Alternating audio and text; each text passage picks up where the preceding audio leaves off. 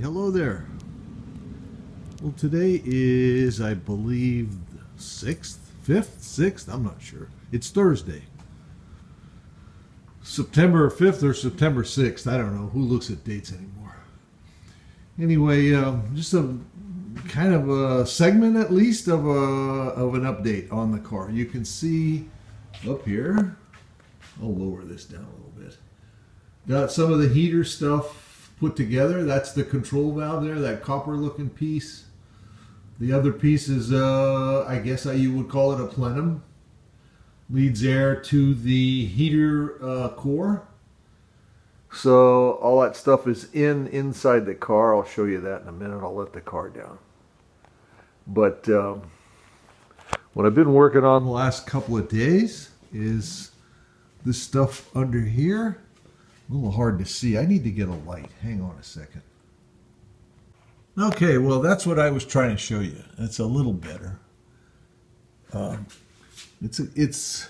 should have showed you before I put the cover on. I was too anxious to be done with it to say it was done and wanted to cover it up.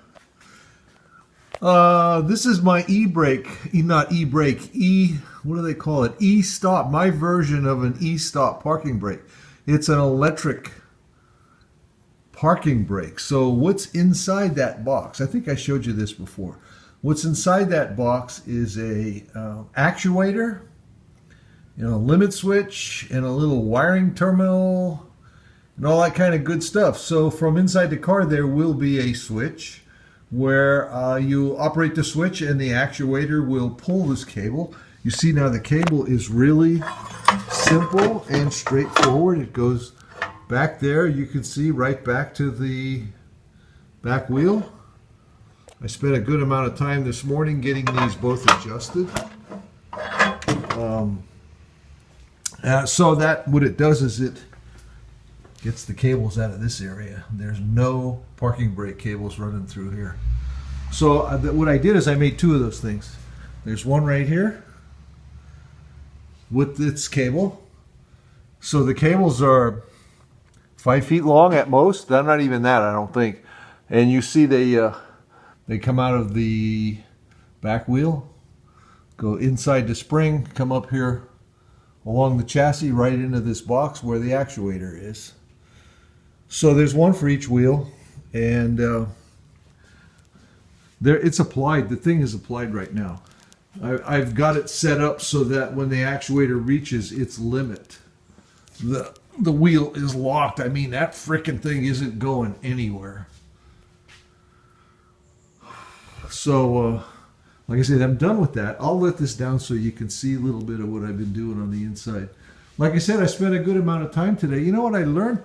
In the process of doing this, I was putting these drums on and I was using 3 nuts to hold the drum on, and I couldn't get the drum to spin free. It was like, what's going on here? I was loosening the shoe and the drum was still having drag on it, and it's like, what the hell's going on here? So I put a dial indicator to see if the drums were round or the axle was bent, the flange on it, and it all was pretty good. And what I come to learn was that if you don't have all the nuts on there, it evidently, when you screw it to the axle flange, if all the nuts aren't on there, it gets the drum a bit lopsided on the flange, or twists it, or does something.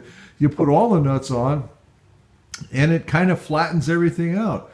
So what I did is I put the nuts on there one at a time, and I moved the drum. I indexed the drum on a different nut, or you see the one nut's got white paint on it. I indexed the drum. I turned it one turn and then dial indicated it and saw how smooth it was, how centered it was. And I did that 5 times. And what I've got now is I figured out with the white stud, with the white ring around the hole in the drum, that's where it fits and acts the best, where it's centered the best. And I've done that on both wheels so that when this thing pulls the cables, I've got them adjusted so they're identical, and when it pulls the cables, it applies both brakes equally, both sides equally. So anyway, like I said, that was quite a learning process. It took a while. learning process. I'll put this down so you can see. Well, there you can see a little bit of what's inside. See, I got the control for the heater mounted, and the new cables that there's a cable that goes to the defroster, a cable that goes to the control valve, the heater control valve, and another cable right now that's poked out the other side that operates the fresh air intake. There's one one left that's got to go out this side and do the fresh air intake on this side. So there isn't much more to show you underneath. You can see the heater assembly there up under the dash, and the firewall pad on the inside of the firewall, that insulator pad. All that stuff is all mounted. The heater core is in. It's a little tedious, that stuff, and a little, if you don't remember how you took it apart, it takes a little while. And I've got drawings, I've got the assembly manual, and I referred to that a bit. But anyway, so it's starting to assemble things. Still waiting for the painter guy to do this, so I'm doing this other stuff that won't get in his way and won't be more stuff that we need to protect. I mean, I got to tape off the inside of the car so he can do the door jamb. So what I did in there all gets covered with taping anyway. All right, so that's all for this little segment. I'm not sure if I'm going to make just a little short video out of this or wait until I get more and add to it. But talk to you later. Thanks for watching. Bye.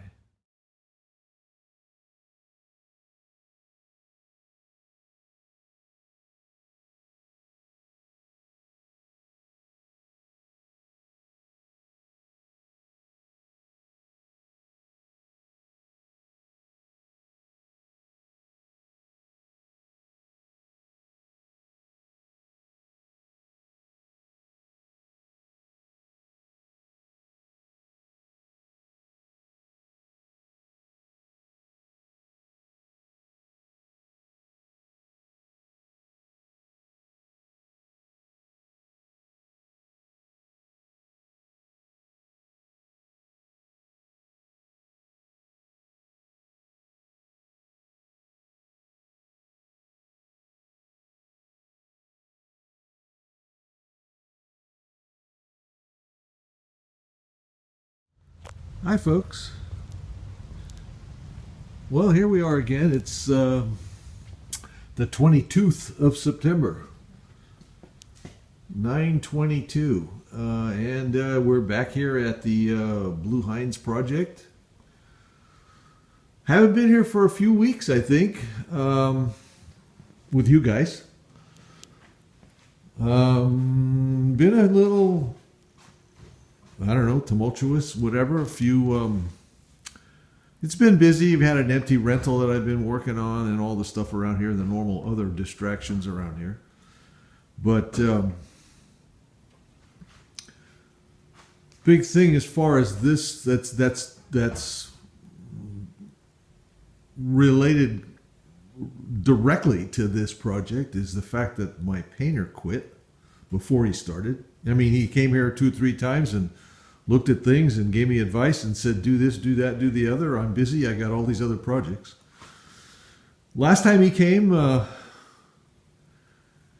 he had a color spray out from a paint supplier, and he wanted to look at that. And we talked for quite a while, and he announced that he had bought a house, I don't know, 150 miles, 200 miles from here, because we'll be moving. And he wasn't sure quite when, because he gave the people that owned that were in the house some time, and he didn't know if they were going to use it or not. And he had a whole bunch of projects ahead of mine, and he had some projects of his own ahead of mine. And while he had committed to doing this earlier, what I was hearing was hope and maybe, and I'm going to try and whatever. When we talked about the difference in that, he said, you know what, we're done. I was, long story, but he had 2 or 3 days earlier had contacted the paint supplier, the guy that referred him, and said he was quitting and then, you know, gonna not be able to do it, bailing. And 2 days afterwards, he had changed his mind and he came over here. And then after talking about it and whatever else, I told him, I said, if you got a whole bunch of projects to get rid of, I said, do all the little ones first. Knock the number down. Well, he didn't like that because that was not agreeing with his idea. His idea was to do a couple of bigger projects for himself and so anyway, long story short, I'm doing this. I've done what you see here. So right now, I just finished doing this taping, which is the slow part for me. I'm not a good taper. I'm getting better at it, and it's going faster. But we're done. We're ready for paint. I got to go pick up the rest of the materials this week. I bought some little spray guns, inexpensive spray guns at Eastwood. They're made by DeVilbiss, but they're made in Taiwan, so all the reviews look good, and I'm a novice anyway, so we're going to see how that works. But anyway, you see it's all covered. I've got the car all covered in plastic, and around all the actual areas where the paint's going to be, the masking is done in paper, because I'm finding now, as I get into doing this, it's a little quicker to do paper. It's a lot more professional, which is probably why those guys do it this way. And some of this, when I paint this gray part here and make it blue, I'm going to seal it first. You see it's already primed. I'm going to seal it first, and then I'm going to put the blue on it. And then when it's ready to clear, this darker brown paper you see right here comes off, so I can clear the whole cowl area there, right up to the windshield. The patch on the blue and the old blue is all going to get clear. I've scuffed the old blue already, the clear on the old blue already. And you see here I had to protect the inside, because when you do the door jambs, you kind of have to shoot both ways with the gun. You got to shoot from the inside towards the outside and from the outside towards the inside, so you can't have this closed off.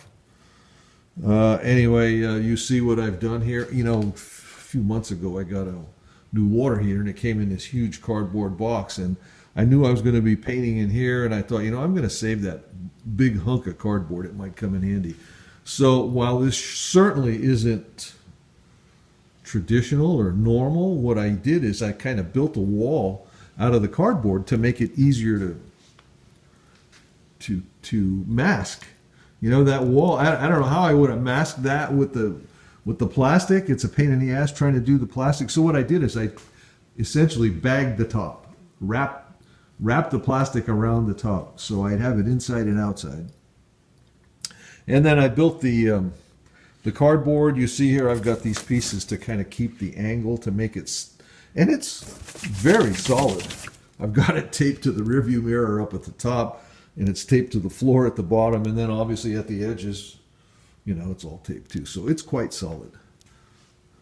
Anyway, there it is. It's ready for paint. You see it's all covered all the way around, just so that overspray doesn't, I don't know how far it's going to wander, but it's all covered.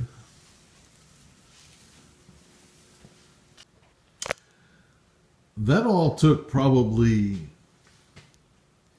I don't know, day and a half, 2 days, doing all the different, preliminary stuff that you got just to protect the car again. This is probably, it's at least the third time I've done a lot of this. I did this whole blue, touch-up once already, and the color didn't match. I wasn't happy with it. I didn't have a real spray gun to do it with or whatever. So, and I masked it all to do that. And when I was finished, I took the masking off the whole car, and then decided I was going to do this painting over again. So here I am, covering up the whole car again. The inside and the outside. When I primed the gray, what I've learned as a result of talking to all these paint people and doing a bunch of this myself is you mask something and you paint it. If you got to scuff it or do anything to it in between that and the next coat, you got to remask it, because the masking gets all full of garbage. And if you try and paint, well, that garbage there, and then the garbage ends up in your paint. So when I did the gray, I covered all the door jambs and stuff and did the gray, and then pulled all of that masking off. And here I am doing it again. So hopefully this will be the last time. Hopefully this will be the last time. Wish me luck, guys. I'm going to need it. For being a novice with the spray gun, I've done my fair share of painting, but almost always with a rattle can. I think the last time I used a spray gun to do actual painting or finishing was probably high school days, and I don't want to tell you how old I am, but that was 50 years ago and more. So anyway, like I said, wish me luck. Please comment, tell me what you think. Always interested in the comments. Always enjoy reading the comments. Do a like or two if you, like what you're seeing or whatever. Those are always fun too. Anyway, thanks for watching as always. Talk to you later. Bye.